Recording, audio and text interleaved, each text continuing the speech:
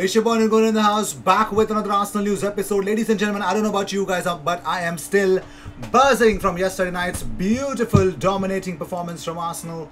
What a game we had, but most importantly, let's not just talking about the game, because we got some awesome amount of stats for you guys in this episode. So stay tuned for that. You guys will have a wonderful time, and of course, a beautiful post-match review of the game coming up as a live stream. So if you want to be a part of it, follow me on my Instagram and send me a DM so that I can make you a part of it. So without any further ado, I've got a lot of news. I really don't want to waste anyone's time. Wow. Probably because I speak a lot. Anyway, so here we go, ladies and gentlemen. Granit Xhaka was an unbelievable guy. He says it's nice to see our ex-coach Unai, but yeah, we have to be focused over 180 minutes to go to the finals. We don't know too much about them because we didn't think about them until now, but we have to start to see how they play and everything. He also says that if we win the Europa League like this, I don't care which position I play. You got to love Granit Xhaka. He literally sliced them top bins in a fullback role. That's what I'm saying. So moving on, Emery on facing Arsenal in the semi-final says we want to continue to play our way, always respecting our rival and not speculating anything. We need to play to win and go into the match with the same sincerity that we are currently showing. Alex Lacazette, the star, the king, actually tweeted out this image with the caption, "My guys, proud of the team tonight, hashtag #SlaArs." And Top Bin Stock have come up with an update about Emil Smith-Rowe's positioning sense yesterday. He says that Emil Smith-Rowe does quite a great stuff in Arsenal's possession. He was a very key part in Arsenal's first 3 goals tonight. He says Emil Smith-Rowe already begins his movement in behind before Saka receives the ball. He notices the space beyond the backline and exploits it. Also, his movement is key in winning Arsenal's penalty, a perfect third-man run. Another really underrated aspect of Emil Smith-Rowe's game, his one-touch layoffs was key to the third goal, and that's what he begins. Well, he actually comes in a very important place, so that the fullback will be in two minds, either to mark Emil Smith-Rowe or Saka, because either way, Saka would receive the ball via Emil Smith-Rowe or directly from Callum Chambers. That's the idea of Mikel Arteta, to put an extra man in that attack and create overloads and create havoc in that minds of the fullback. Moving on, so Callum Chambers has shared some images from yesterday night. He says, he tweets out, "Get in there, solid performance from the lads, let's keep this going, hashtag COYG. How crazy this game was, unbelievable. And also, Arsenal have scored at least 3 goals in 4 consecutive away games in all competitions for the first time since December 1932, a run of 5. Oh, would you believe it? Also, Bukayo Saka tweets out, sliding into the semi-finals like, oh my god, that is beautiful. Beauty. And also, this is the first time ever Arsenal have scored 3+ goals in 4 consecutive away games in the 21st century. My god, we witnessed some havoc yesterday, and Slavia don't know what hit them. They really don't know what hit them, and trust me, they were hit by a rock. They were hit by a definite rock. Xhaka on the win says, we had a very good game. The game plan that the boss gave us was excellent, and we showed a big game today. I think we deserve to go through to the after the 2 games. The character of the team was excellent. To win here 4-0 is not easy. And Emil Smith-Rowe, yes, as we all know it, Emil Smith-Rowe shares this image on Twitter with the caption, "Team @Arsenal." So Xhaka also says that, of course, everyone knows that left back is not my regular position, but with the teammates, they help me and coach me as well, and in front and beyond and behind. I'm so happy I helped the team in this position as well. I try my best, and in the last 2 games, it was a good performance. So Unai Emery opens up about the game against Arsenal upcoming. He says, breaking the barrier of the semi-finals and getting Villarreal to a final is a great challenge. The idea of reaching the Champions League through the Europa League is very important. When I signed here, this was one more process. My past at Arsenal is less important. True, that's how it should be. So Thomas Tay Partey on Instagram puts up the caption, "Team," and this is the image that he shares. One of those images is this one, and that's the beauty of it. Martin Odegaard put this on his Instagram stories. Let's go, well done boys. How beautiful is that from the new boy, the new lad on loan. And also Dani Ceballos tweets out this image with the caption, "Great match by the team, top, we won this battle, but now we want more and more, we are Gunners, let's go." Arsenal, hashtag Europa League, hashtag Slavia Praha versus Arsenal, hashtag Vamos Gunners, and hashtag next round. I'm not gonna lie, Vamos Gunners literally battered them, man. And Saka on the win says, it was fantastic from start to finish. I have to say thank you, God. I'm in a semi-final now. I'm going to have the opportunity to play a semi-final with Arsenal. We did it for all the fans. They deserve it for all the support they gave us. Unreal. Unreal, man. This, I love it. Love to see it. And also we got the update about Bukayo Saka also said something. Yeah, on facing Unai Emery is Villarreal, says, yeah, we look forward to the next opponent. And also on the win says, I think it shows everyone how exciting we can be and what we can do.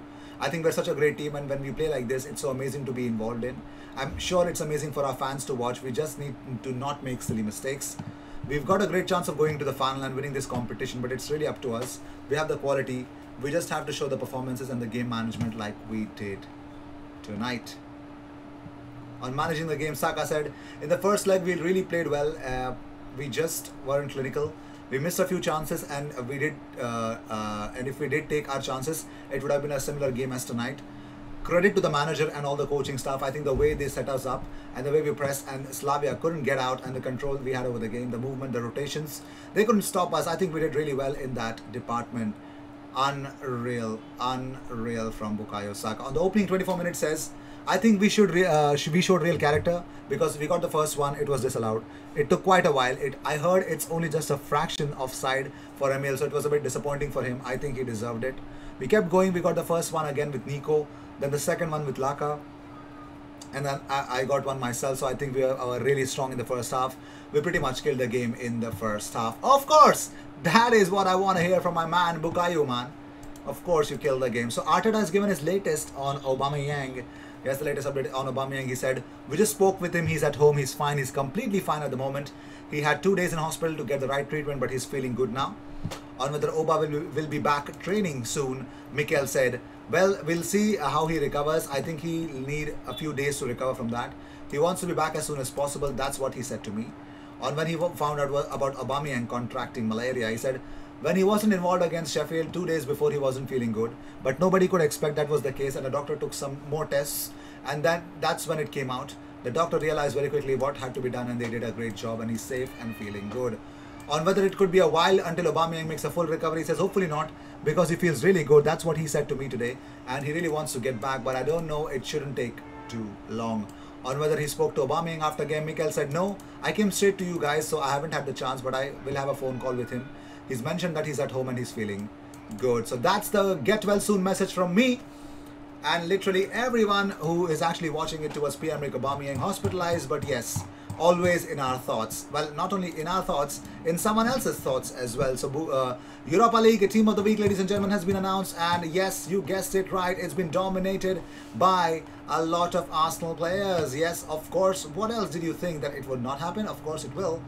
That is the dominance. You could say Xhaka as a left back is dominating in that rankings with Ceballos, Emil Smith-Rowe, Nicolas Pepe, Alex Lacazette. But sadly, we are only going to talk about, we're not, sadly there is no Bukayo Saka in that list for some really weird reason.